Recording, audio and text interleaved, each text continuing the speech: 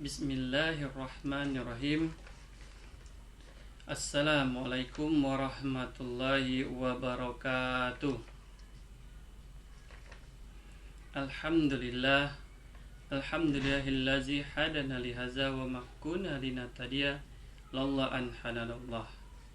Asyhadu an la ilaha illallah wahdahu la syarikalah wa asyhadu anna Muhammadan abduhu wa rasuluh la nabiyya ba'dah.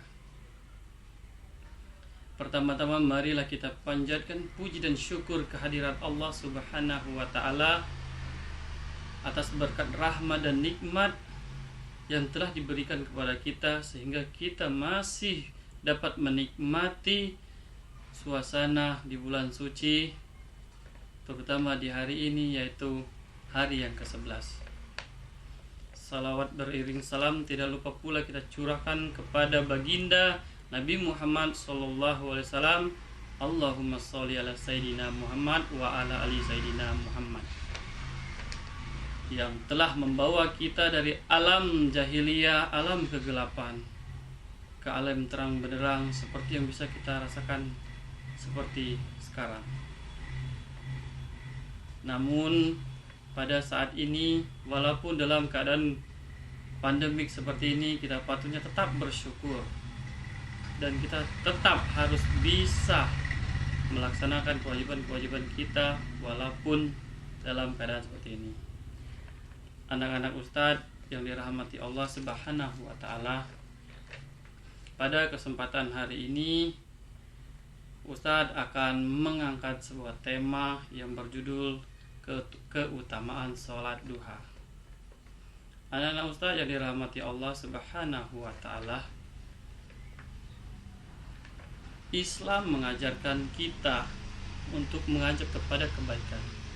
Islam juga mengajarkan kita untuk selalu hidup bersama, saling membantu, dan kita selalu saling bersaudara. Jika Islam mewajibkan kita untuk melaksanakan kewajiban-kewajiban yang sudah ditetapkan dan menganjurkan kita untuk melaksanakan sunnah-sunnahnya, yang diantaranya yaitu sholat sunnah duha. Dan pada kesempatan kali ini Ustadz akan menyampaikan informasi tentang keutamaan sholat duha.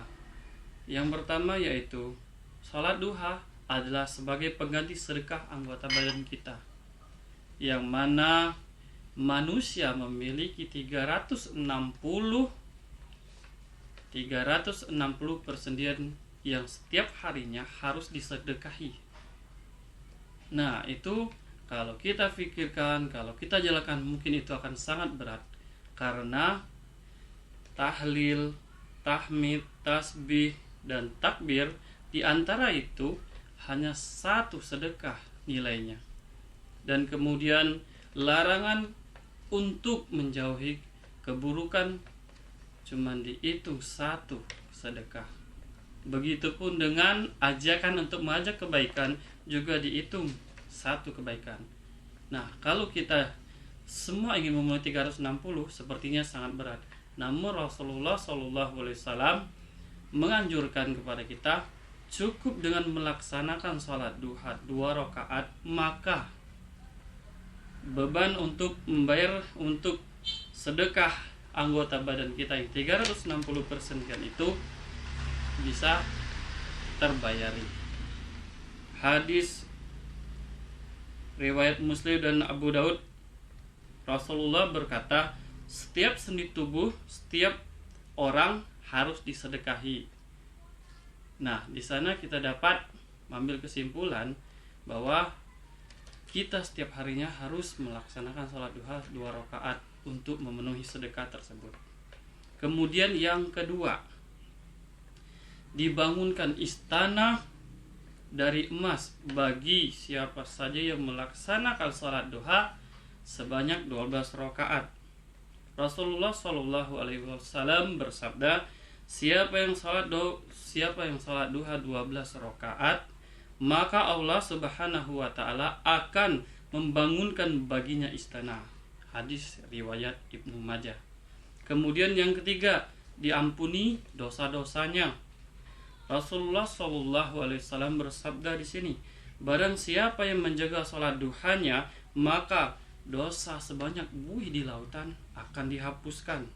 Lantas apa sih syaratnya? Syaratnya nggak banyak, cuman mengerjakan sholat subuh, kemudian berdiam diri, duduk, kemudian menjauhi berkata sia-sia, dan sambil menunggu waktu duha dan melaksanakan sholat duha 4 rakaat. Maka itu dosa-dosa kita akan diampuni, dan kita seperti bayi yang baru lahir.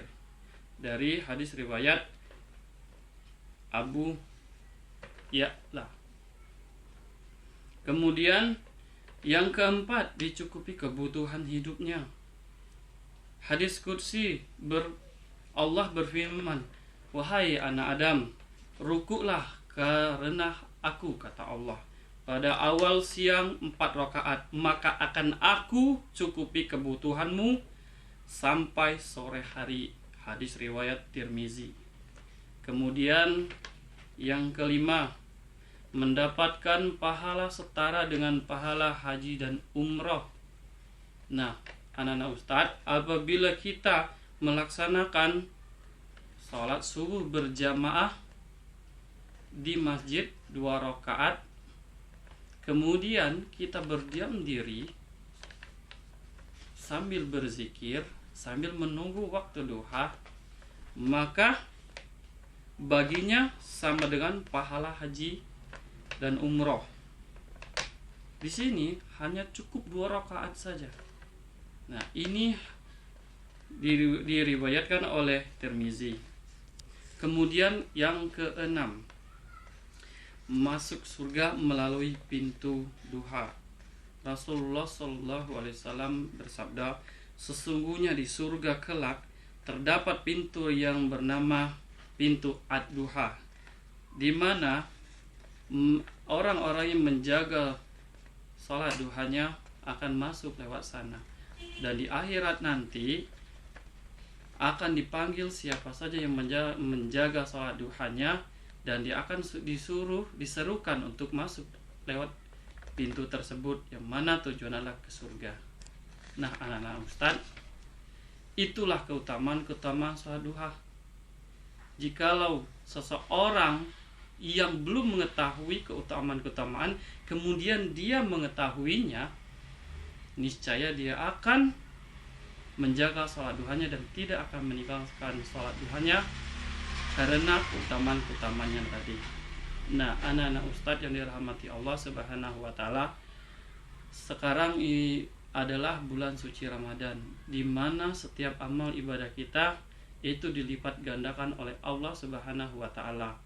Jadi anak-anak Ustadz selalu jaga sholat 5 waktunya, selalu jaga sholat duhanya.